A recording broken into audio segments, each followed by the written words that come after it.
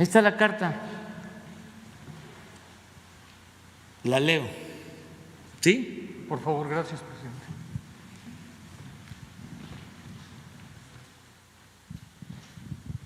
Su Majestad Felipe VI, rey de España, Palacio de la Zarzuela, Madrid. Excelentísimo señor, como me dirigí a su santidad Papa Francisco, aunque con otro fundamento, expongo a usted, Majestad, el siguiente manifiesto. Al principio del año en curso se cumplió medio milenio desde la llegada de Hernán Cortés al territorio de la actual República Mexicana y en 2021, este año, se conmemorarán 500 años de la caída de Tenochtitlán. Asimismo, dentro de 3 años, México celebrará los primeros 200 años de su vida independiente. Nos encontramos, pues, en un periodo en el que resulta ineludible la reflexión ante hechos que marcaron de manera decisiva la historia de nuestras naciones y que aún generan encendidas polémicas en ambos lados del océano. Sin afán de ahondar en ellas, Su Majestad, me ciño a los hechos. La incursión encabezada por Cortés a nuestro actual territorio fue sin duda un acontecimiento fundacional de la actual nación mexicana, sí, pero tremendamente violento, doloroso y transgresor. Comenzó como un acto de voluntad personal contra las indicaciones y marcos legales del Reino de Castilla, y la conquista se realizó mediante innumerables crímenes y atropellos. Así lo aprueban los cargos fincados por la justicia española al propio Cortés en los juicios de residencia a los que fue sujeto, 1518, 1547, de los que es emblemático el encarcelamiento y asesinato de Cuauhtémoc, último mandatario azteca, en 1525. Tanto en la conquista como en el proceso de colonización que siguió, se cometieron incuantificables violaciones a las leyes entonces vigentes. Entre las más públicas y notorias se vulneró el principio del Quinto Real, se impuso la fe y se construyeron templos católicos sobre las antiguas pirámides, y con los materiales de estas se instalaron la esclavitud y las encomiendas. Las tierras propiedad de los naturales fueron usurpadas y repartidas a colonizadores y a órdenes religiosas.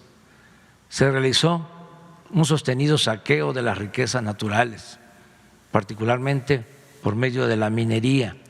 Se implantó un ordenamiento social basado en la segregación de castas y razas.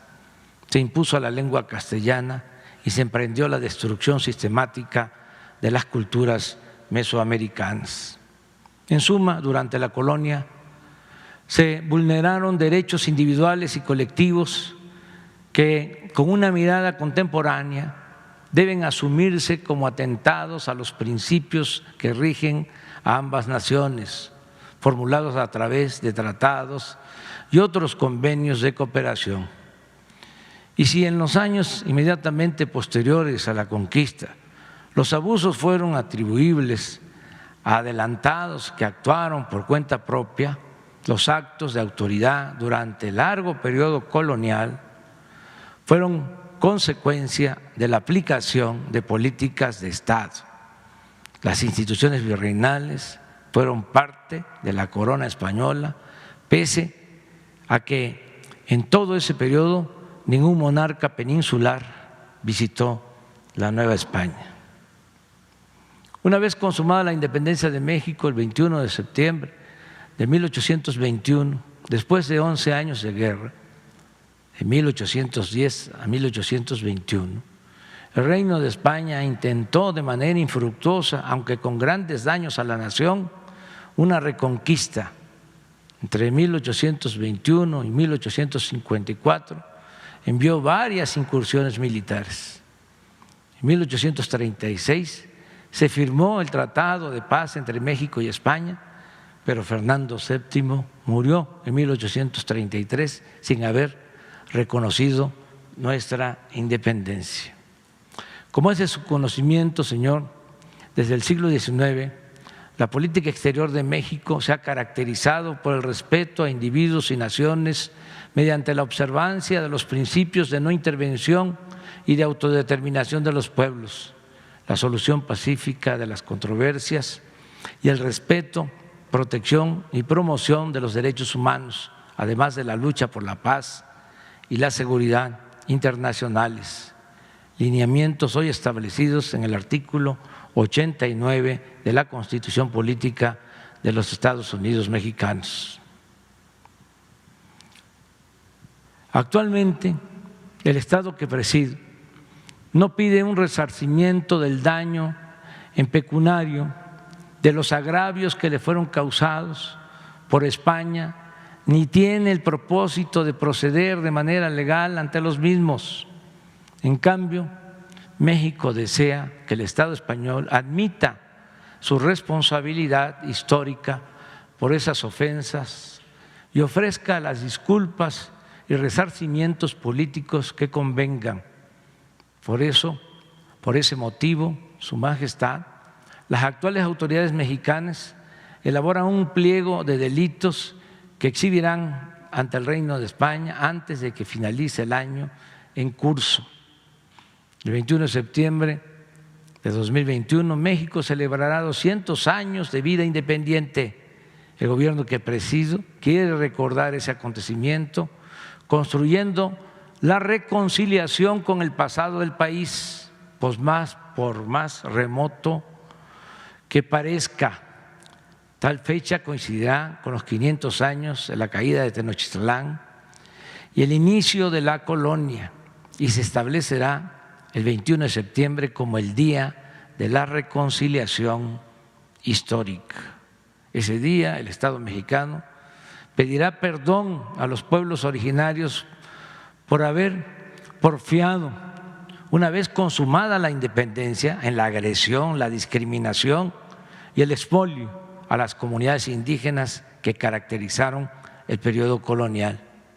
El desagravio hará énfasis en las guerras atroces y genocidas emprendidas por el gobierno mexicano en contra de los pueblos yaqui y maya, la guerra del Yaqui en Sonora y Sinaloa y la guerra de castas en la península de Yucatán, así como en la persecución racista que sufrieron los chinos en el territorio de México durante las primeras décadas del siglo XX y en otros agravios y atrocidades que diversas autoridades cometieron contra la población.